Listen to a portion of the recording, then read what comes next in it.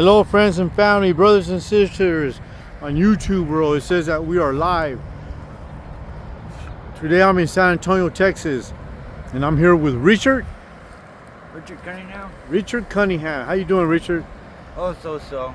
How long have you been homeless? Really, it's been like that my whole life. It's not a joke. It's basically 17 years.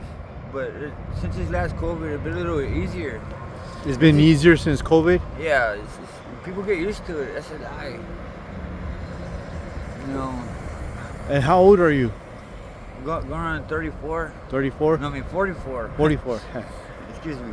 And then, where are you from originally? Here, San Antonio, Bexar County. Oh, you're originally from here? Yes. Okay. What type of works have you done? All kinds of works. I grew up painting. I'm a fifth generation painter. That kind of slid. It's a casualty of urban sprawl, and everybody buys the materials at the convenience of a warehouse like Home Depot and Lowe's and places. And we used to make our own paint. Society is a lot different today. But I usually work for temp halls. Oh, for temps, services.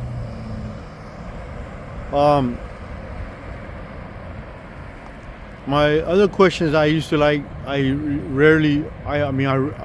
ask all the time is, do you believe that it's dangerous to be homeless? And not only is it dangerous, you get complacent. You can't trust nobody. You can only trust nothing. And it's dangerous even living in your own house. People have different rules of thumb. I don't recommend it. If you ever go through it, it's best to think for yourself. And you just can't be around idiots. It just adds up. They're everywhere.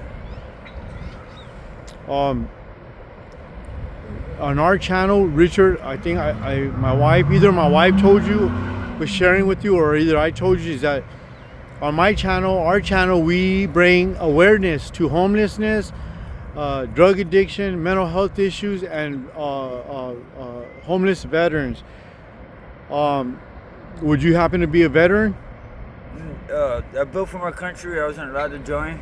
I was born after a car wreck, generally a health problem, but I wasn't allowed to join. I passed the ASVAB clearly. I ain't Captain America. I took it more than once, but I did try to join. You did? Okay.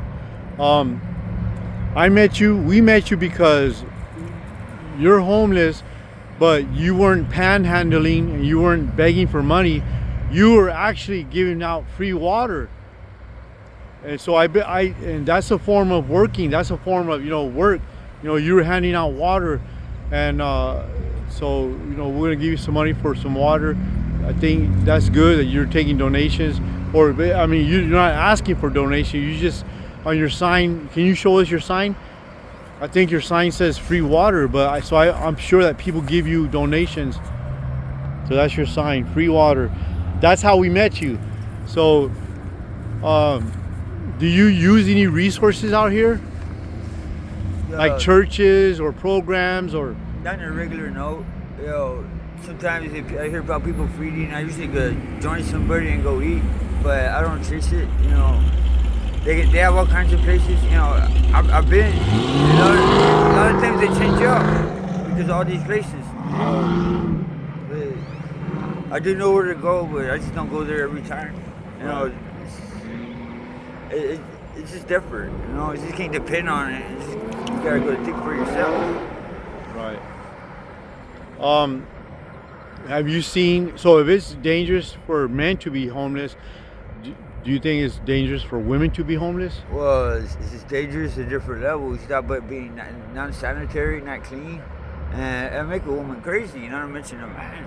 That being the dander. Right. That's the biggest problem is the water. It ain't been raining. That don't help. And you can't have something from everybody. Even you were to pay for it, it's just got morals. And sometimes people don't have morals. It's a big gambit of how many people are out here. And it's not even good. It's like a balloon. You squeeze one side of it, the other side swells up. And it goes in each side of town. Something happens, other people show up at some other place. Even you got catastrophes in different states, like the hurricanes. People just show up in San Antonio. Anything can happen. You know, a house could burn down. And people go homeless all the time. You know, drugs, catastrophe, you know, it takes anything. Even greed and jealousy, a bad neighbor. You know, things change. Richard, so do you have like a camp or something, or do you have like, who else is with you that's homeless? Just you? I know you have your dog here. What's your dog's name? It's a Jinjin. Jinjin. Old Faithful, huh? Yes, my little girl. Little girl. Little Jinjin. So who else is with you? Or just by yourself? Well, it's good to stick by yourself. You know, maybe around with somebody you can trust, but it's hard to find. Every day leads different, and you don't know who's going to change. Even though they're good last week, it'll be different next year, you know? Right. You can see them again, it'll be a totally different person. Right. People change. Yeah. You know, you got to give everybody an inch and think about good things, but people change. I usually by myself, you know. I don't like inviting people where I go, but I change up the places I go.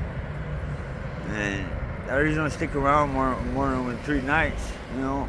I don't like bridges, I don't like sidewalks, I don't like bus benches. That's all trouble.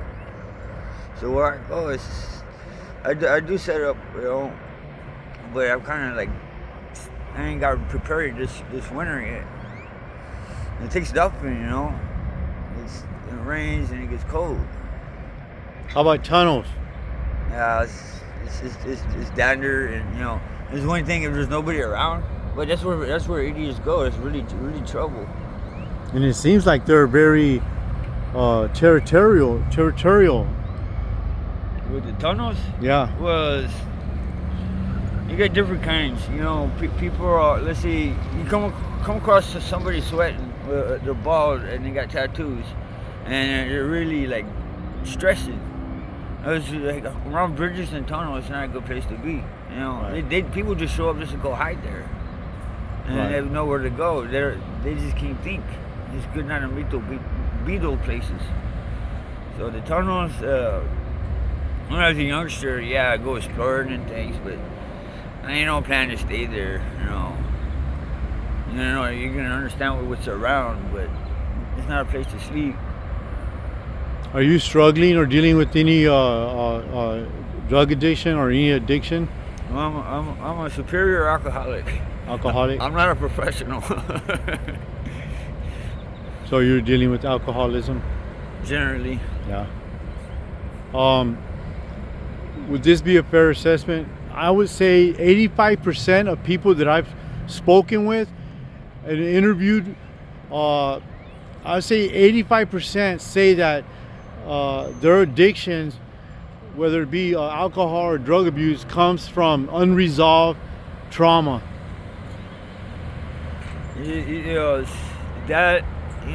There's excuses, sometimes it comes with intelligence. You don't want to pretend, like you'll be with everybody else. It's hard to regress your intelligence, and you gotta try. I never found it easy.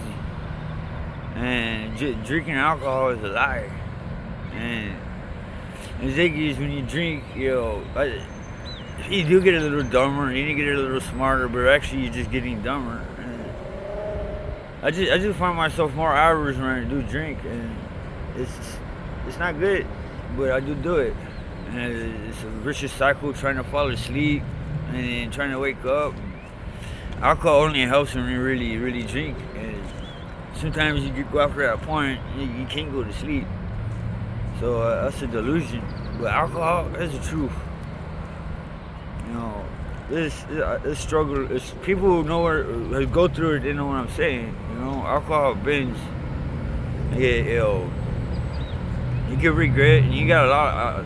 They do have issues, And I had a piece of paper, I'm not gonna dwell on these issues. Right? It'll be a list of them. So I think the importance is we need to resolve our trauma, and then we can confront, deal, heal, and move on, and overcome our addictions, whatever addictions that might be.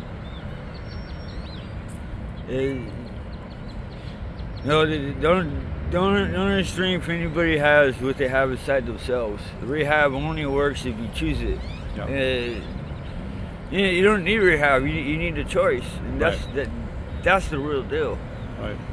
And sometimes I go a week without drinking, but this last year I probably went 3 weeks without drinking. But I drink every day. Do you have children, or are you married? I was told I had a daughter, but I never seen her, and it was back in college. And as far as I know, it's somebody else's daughter. Oh, you were in college? Yes, sir. What were you going for? I was clipping courses. I was a class auditor. I wasn't going for nothing. I was mostly taking agriculture things similar to agriculture. Oh, nice. So you wanted to be like a forester or something like that, or? I was going to college, and it was a different time. It was 2002, 2001. I lasted almost 2005. I have a whole bunch of college credits without a degree, and you have a degree, you have to have other courses and match these classes I was taking. I was just a class auditor, and I was basically doing it for fun. I went to different colleges, not only one. I went from here in San Antonio, there's a good list of them: Austin, Brenham, College Station, Sul Ross. A class auditor, and I was almost getting paid for it, but I moved, and that's when I became homeless. And going to college costs a lot of money. Right. It's just, I don't know. It's been, like I said, 17 years. And since COVID, I've been a little more easier. I don't feel like I'm homeless anymore.